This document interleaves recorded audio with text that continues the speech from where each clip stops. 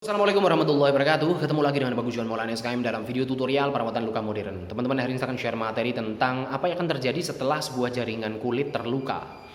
Definisi luka adalah gangguan integritas kulit. Integritas itu artinya keutuhan bentuknya itu terganggu atau berubah. Ya, misalkan berubah bentuk atau karena terkoyak atau karena abrasi, gesekan atau berubah warna tidak seperti sedia kala, itu namanya sudah gangguan integritas kulit ya. Itulah definisi luka. Nah, sebelum masuk ke materi inti, saya akan bahas dulu nih tentang jaringan. Jadi biar teman-teman bisa membedakan antara jaringan, organ, dan sel. Nah, langsung ke contohnya saja. Sebuah jari ini namanya apa? Organ, jaringan, atau sel? Nah, sebuah jari ini namanya sebuah organ karena terdiri dari berbagai jaringan.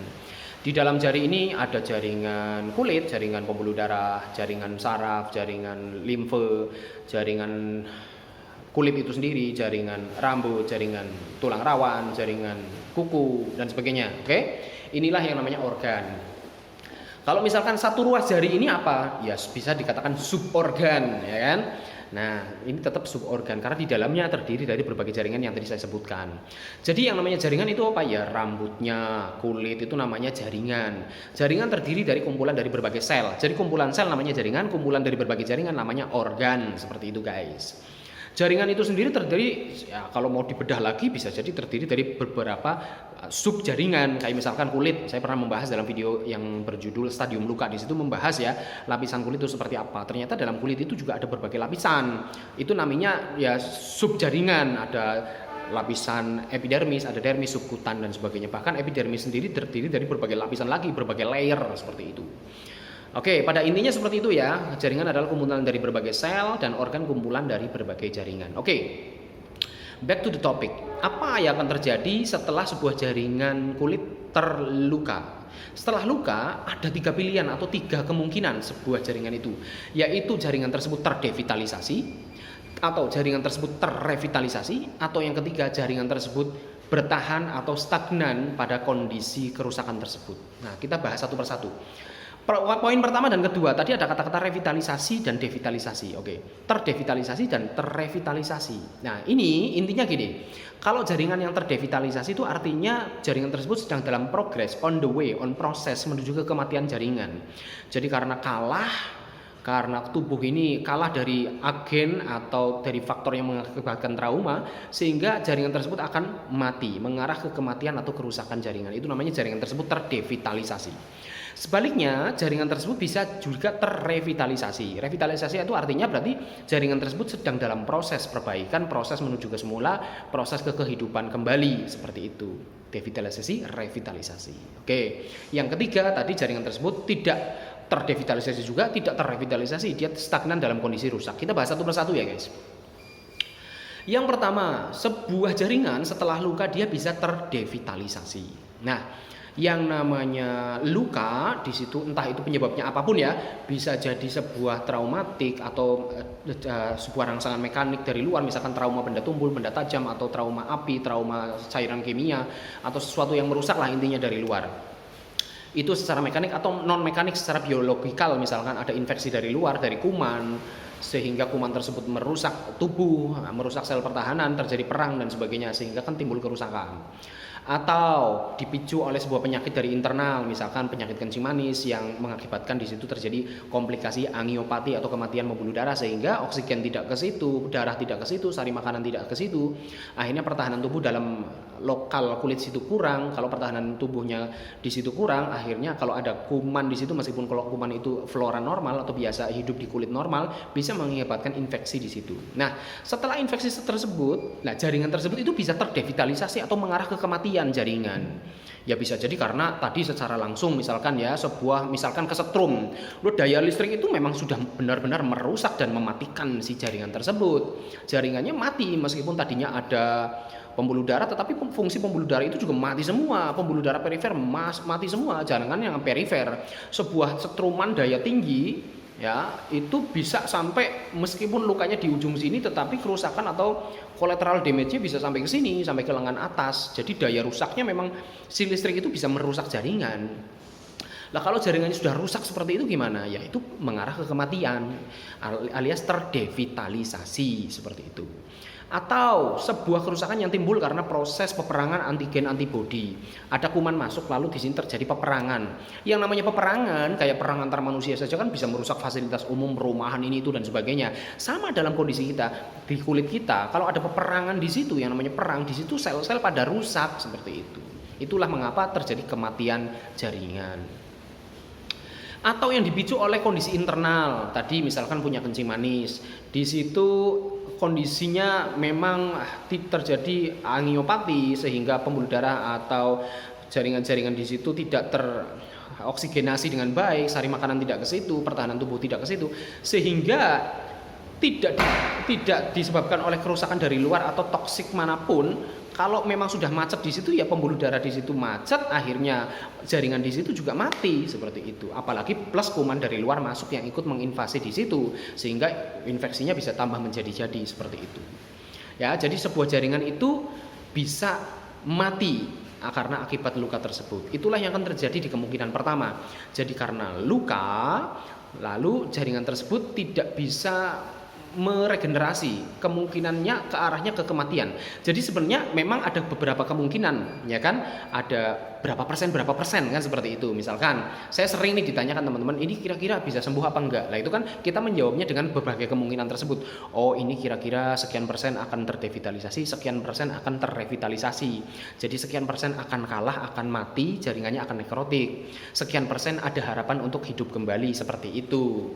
Nah, apakah jaringan yang luka ini pasti akan terdevitalisasi? Ya, enggak masih seperti itu. Tidak pasti akan terjadi kematian jaringan, tergantung tadi proses antigen antibodi, tergantung kerusakannya, critical damage-nya, collateral damage-nya, terus tergantung dari kemampuan bodi tubuh kita untuk memerangi agen infeksi tersebut, terus melakukan regenerasi sel dan sebagainya. Jadi tidak semuanya yang luka pasti akan terdevitalisasi dan menjadi jaringan nekrotik seperti itu.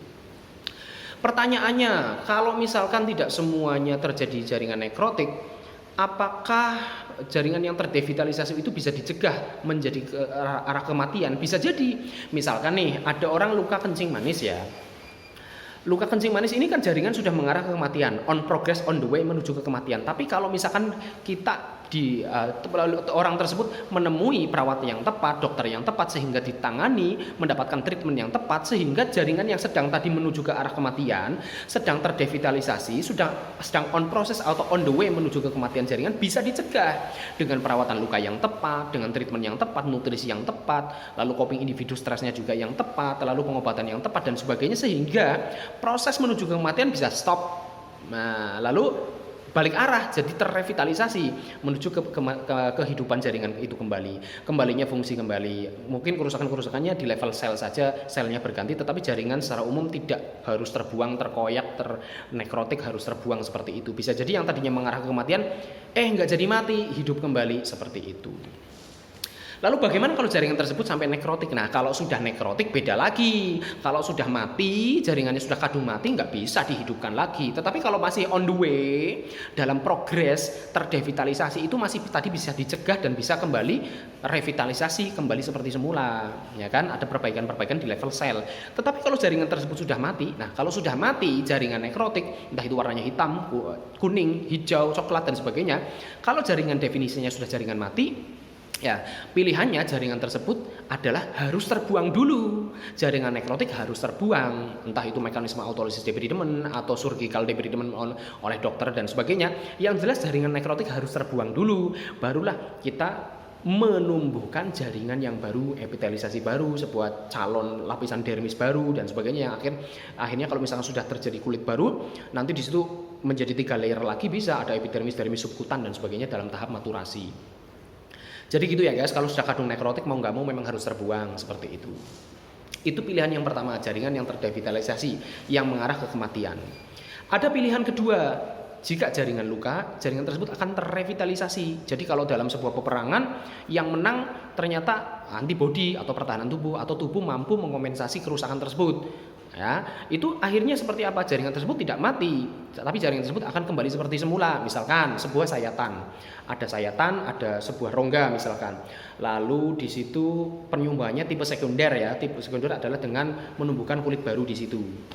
Nah, maka jaringan tersebut sedang on the way bukannya kerusakan, bukannya terjadi nekrotik, tetapi on the way sembuh, sedang tahap perjalanan ke kesembuhan. Berarti jaringan tersebut dikatakan sedang terrevitalisasi, menuju ke arah kembalinya fungsi, menuju ke arah kehidupan jaringan itu kembali, seperti itu. Progres ini mengenai perjalanan, apakah menuju kematian atau menuju ke kehidupan kembali, seperti itu. Terdevitalisasi versus revitalisasi.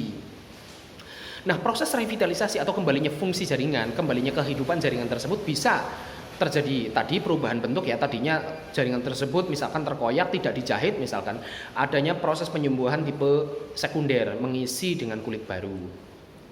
Atau jaringan tersebut tidak bukan berarti harus ada perubahan fisik, tetapi di level sel yang kita tidak melihat.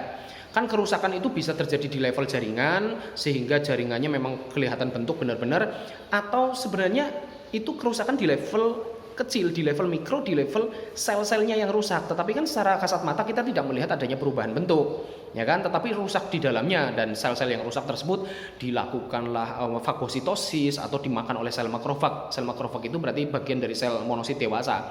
Di situ terjadi intersel killing. Kalau misalkan sel-sel yang sudah tidak berguna atau antigen-antigen, penyakit-penyakit, kuman-kuman di situ, itu bisa dimakan, dikenali, lalu ditelan, bahkan dihancurkan di dalam sel tersebut. Itu namanya sel-sel makrofag yang memfagositosis seperti itu.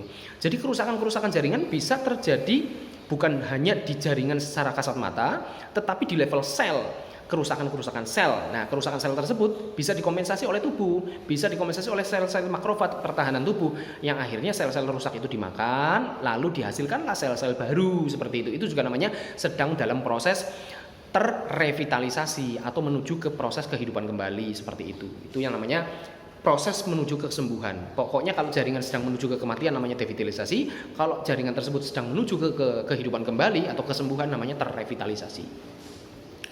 Tetapi ada kemungkinan yang ketiga, yaitu jaringan tersebut bukan mengarah ke kerusakan atau kematian, bukan pula menuju ke kesembuhan, tetapi dia stagnan atau bertahan pada kondisi rusak tersebut. Misalkan ada sebuah infeksi, infeksi lalu timbul luka, fase inflamasi. Nah, tetapi luka tersebut akhirnya stagnan, sembuh juga enggak, tetapi menjadi rusak juga enggak. Menjadi rusak lebih parah menuju ke nekrotik maksudnya.